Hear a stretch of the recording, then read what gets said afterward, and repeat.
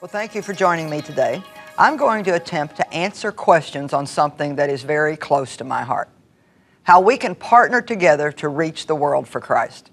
Ginger Stocky is here with a lot of questions that she wants to ask today that I believe might be questions that you would have.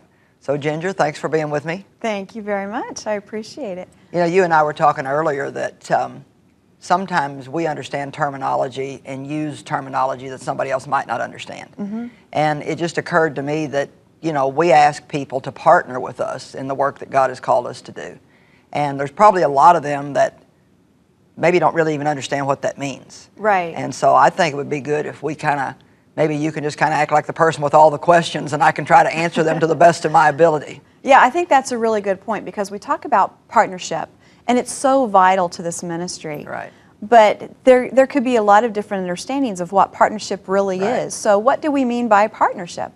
Well, really, it's very simple. When you're a partner with someone, it really means that you become part of everything that they're doing and they become part of your life. You know, when we ask people to partner with us, we're really making a commitment to them as well as asking them to make a commitment to us, because we really pray for our partners.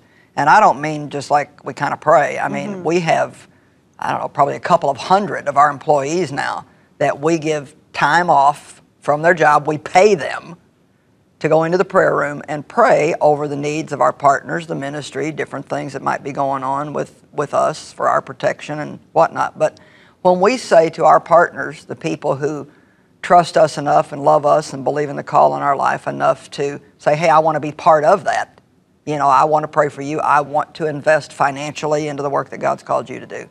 When we say to people, we are praying for you, I mean, we really are seriously and daily praying for them. That's true. And Dave and I pray for our partners on a real regular basis. And so I don't think we really comprehend what a good prayer cover over our life is worth or how valuable that is. You know, Paul said in Ephesians 6, talking about spiritual warfare, he said, and cover everything with prayer. And so just to have that prayer covering is absolutely amazing. So that's one of the first things it means to me, is that we have a commitment together. And I'd like to read a scripture. Paul starts out in Philippians 1:4, and he says, or verse 3 says, I thank my God in all my remembrance of you. In every prayer of mine, I always make an entreaty and a petition for you with all joy and delight. I thank God for your fellowship, your sympathetic cooperation, contributions, and partnership in advancing the good news, the gospel, from the first day you heard it until now. Well, the first thing I want to say is that, you know, Paul was obviously very thankful for his partners. If every time he prayed, he thanked God for them.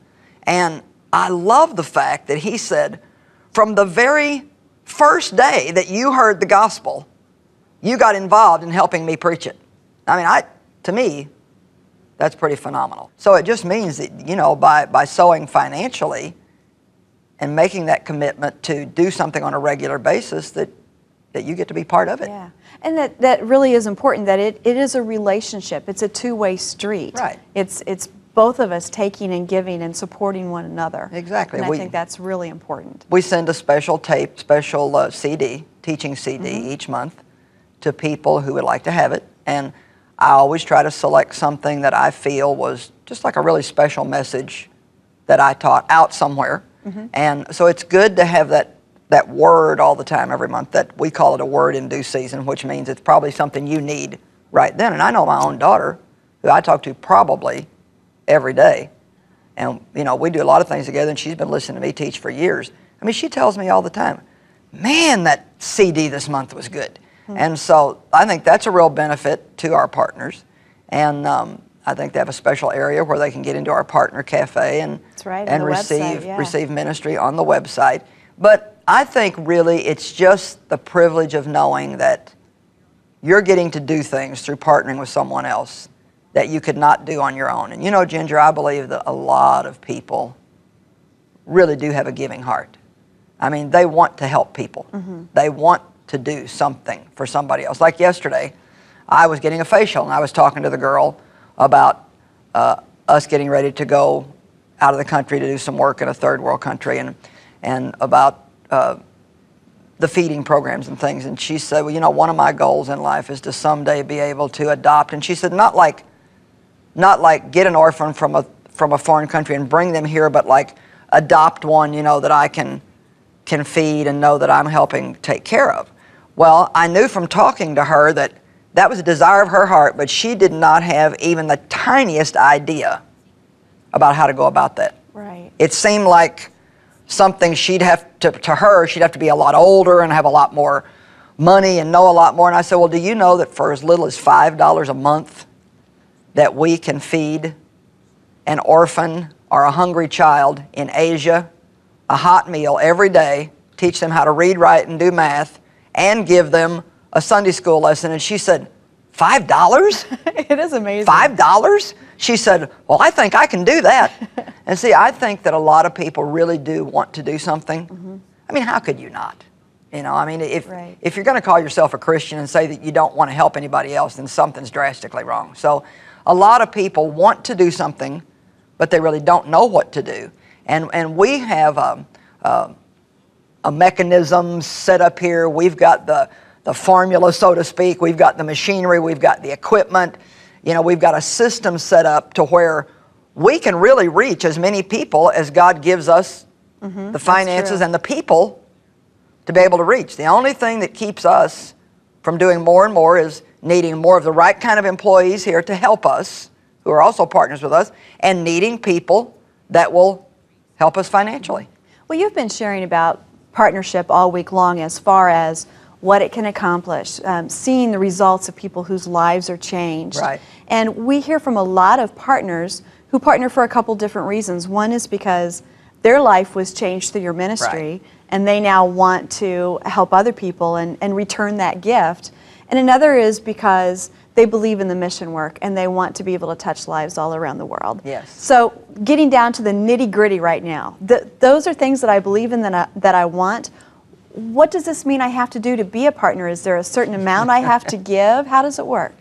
Well, really, you know, we just encourage people to get started. I know that people have different levels of income. And to be honest with you, Ginger, we have partners that partner as much as $5,000 a month, and we have those who partner as little as, you know, some kids are tithing off their allowance, which just, that really touches my heart, you know, when I meet a little 7 or 8 year old child out at a book signing or something, and their mother says, you know, she's a partner with you. She tithes to you off of her allowance. Yeah, and, that's beautiful. So we don't require any certain amount of money. I know that some organizations do, and everybody has to do what they feel, you know, is right. Mm-hmm. But I don't want to do that, because I would rather somebody start doing whatever they can do. And I believe so strongly that partnership with the right ministry will so benefit your life, even financially, and cause increase in your life, that you will then be able to do more. You know, no matter how little a person has, they have to start by giving some of what they have if they ever want to have any more. Mm-hmm. As long as the earth remains, there will be seed time and harvest. Now, you know, it does cost us a certain amount of money to minister to the partners and send them the magazine and send them the mid-month letter and things like that. And so, you know, we do ask people to do as much as they can, and I believe that people will, you know, but we don't require any certain amount of money, you know, $10, $25, $50, $100, whatever you feel like that God puts in your heart to be able to do. And all you really need to do is just sign up, make a phone call, get on the internet, write us a letter.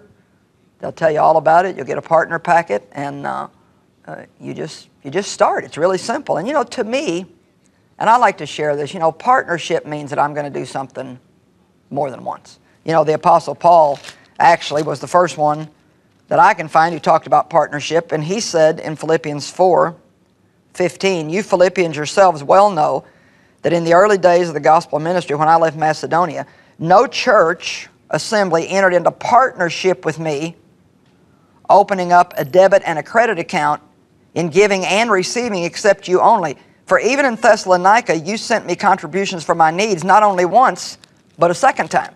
And so to me, he's talking about people, you know, who make a commitment to do something over and over and over. Mm-hmm. And I believe that all giving benefits us, and we certainly appreciate all the one-time love gifts that people send in here. You know, I mean, we have a lot of people who get special amounts of income for something, and they'll share part of that with us, or they just have been touched and they want to send a special offering, and that means so much to us, and it really helps in a major way.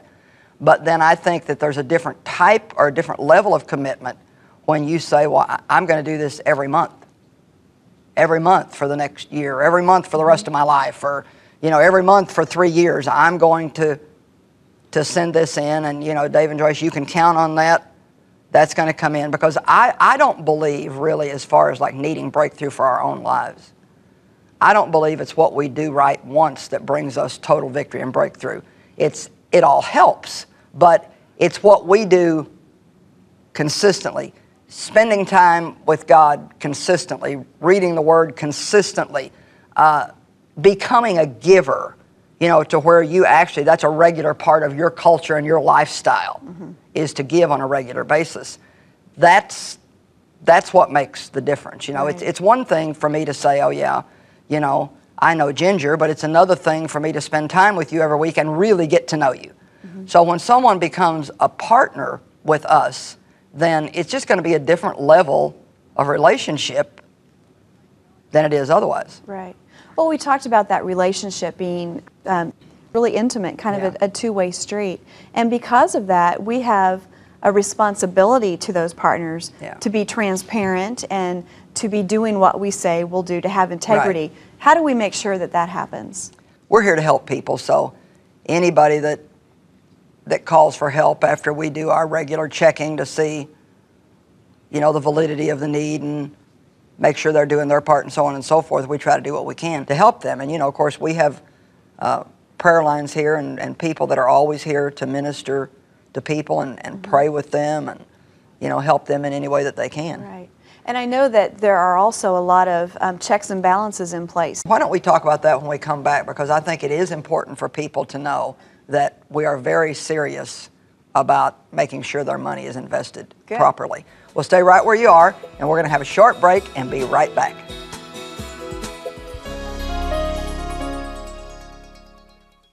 Well, welcome back to the program. Today we're answering questions regarding the importance of working together to reach the world with the gospel. Ginger, we had a question that we were going to answer when we came right back. Did. So give me the question again.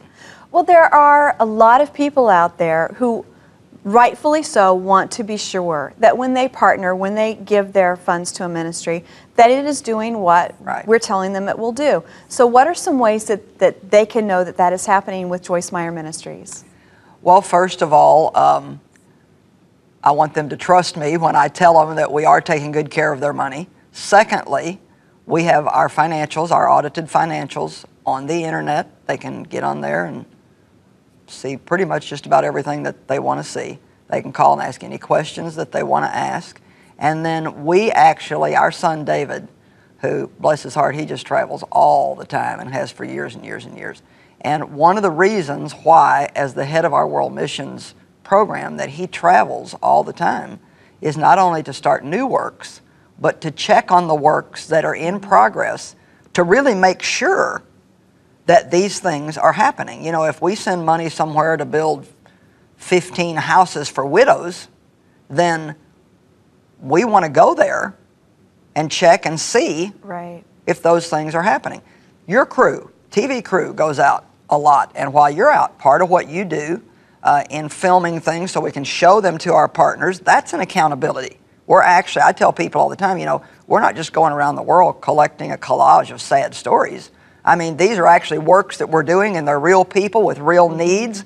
And one of the reasons why we do that is to be accountable to the people who partner with us. And we do occasionally take partners on trips. And so that's always something that, you know, if somebody's really feels like they want to make that investment to go to the foreign field and actually see for themselves, you know, we don't do that all the time. We can only take a certain amount. But, you know, I mean, I expect people to make sure that the ground that they're sowing into is good ground, because, to be honest, I don't think it's even really being a responsible giver if you just kind of throw your financial seed out there and just let the wind catch it and, well, whatever. I mean, I think you need to believe in what you're sowing into. When you talk about what you're sowing into, so many people do choose to support Joyce Meyer Ministries because your teaching has been used by God to really impact their lives. Do you believe that next step of becoming a partner is important for that ministry really to be able to continue in their lives as well as in other people's lives? I'm so glad you asked me that question because I think that that's something that a lot of people really don't understand. I believe if you're a Joyce Meyer viewer and you're sitting at home and maybe someday you turn the TV on and your life's just a mess and boy, you don't know anything. You don't know the principles of God. You know the principles of giving. So, we can't expect you to give until you're taught. And so after 4, 5, 6 months, you're seeing your life is changing, you're growing. I mean, your marriage is better, your thinking is better. You got a relationship with God now. You just got so much hope. And then you begin to see some of these partner things that we talk about, and you get this little nudge from God that, I should do that. Well, I think at that point, God is now saying, okay, you're at the point where now I want you to take some responsibility.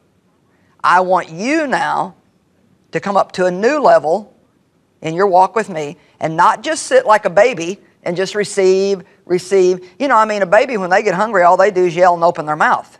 But as they get a little bit older, you at least expect them to maybe tell you what they want or go to the refrigerator and get it. And then, by the time they're grown, you expect them to even be maybe helping pay for the stuff that they eat.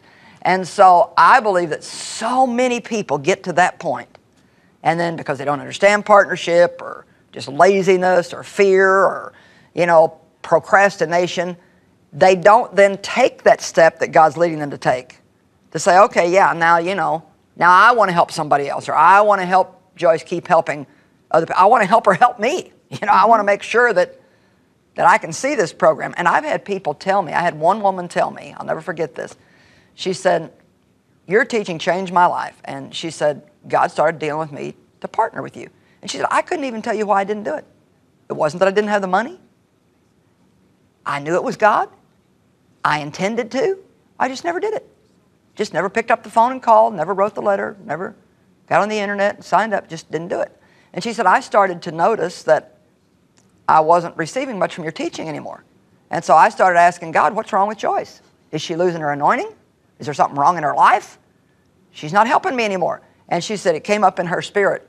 There's nothing wrong with Joyce. I told you to partner, and you haven't done what I told you to do. So now since you're not sowing, I can't give you a harvest. And that to me was a great example that, I'm not really asking anybody to do anything that they don't feel like God's wanting them to do. Right. I'm not, the program's going to be there and they can watch it every day and never do anything. But I think people are hurting themselves once they come to the point where they're saying, there's a real connection here for me. This word is changing my life. This is my spiritual food. I think at that point, if they don't take that step of faith to partner, I think that they're hurting themselves, because I believe that when you come up to that next level in your walk with God, then you also come into a new level of receiving revelation for your own life.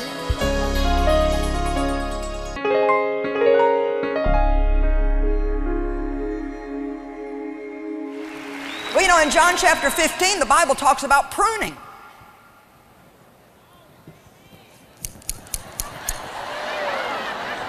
It's not too bad once in a while if God gets one of these little bitty and gets in here and gets one of these things we ain't too fond of anyway. But man, what if he comes along and, oh no, God, not that. No, anything but that.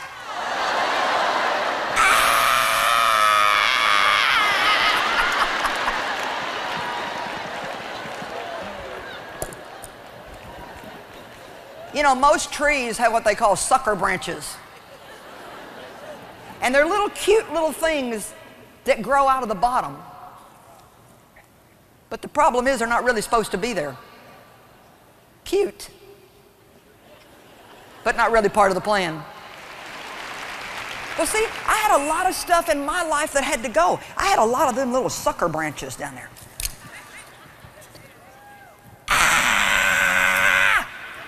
What if this tree could feel?